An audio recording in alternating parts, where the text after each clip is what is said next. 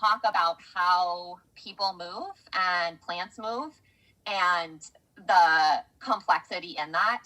And so central to this acknowledgement is that the borders of nation states and empires do not and have never fully contained people. People move around.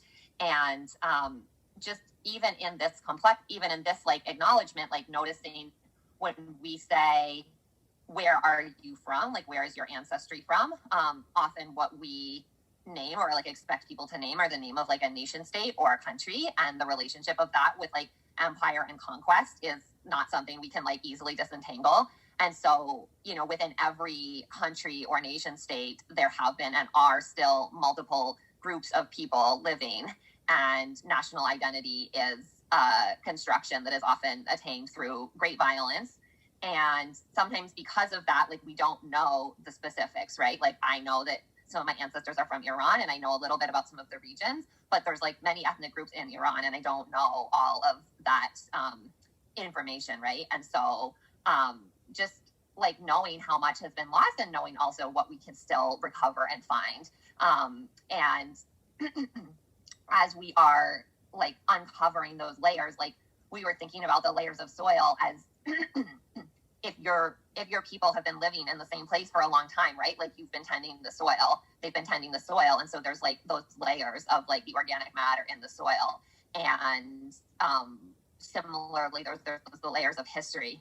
And then if you're forced to move or choose to move, or through whatever forces like leave that, you know, how do those layers come with us? How do they get lost?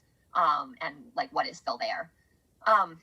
And so we want to acknowledge in this, like, all movement is not voluntary, right? And so I see a lot of people in the chat acknowledging, like, I'm a settler, I'm this and that. You know, that's really important to contextualize, because so much of the movement that we see is connected to colonization, to war, to refugees, many people whose ancestors ended up here because of the transatlantic slave trade, and always, of course, acknowledging this displacement and removal of indigenous peoples from their land. And so regardless of where we like sit on that spectrum, like, there's a lot of complexity, and we just wanted to like really center that, because I think a lot of times it's like, oh, like in settler discourse, like, oh, my family like immigrated and they were immigrants, and there's a lot more that goes along with that. So we wanted to acknowledge that, and just like, not everyone knows where their ancestors are from as well.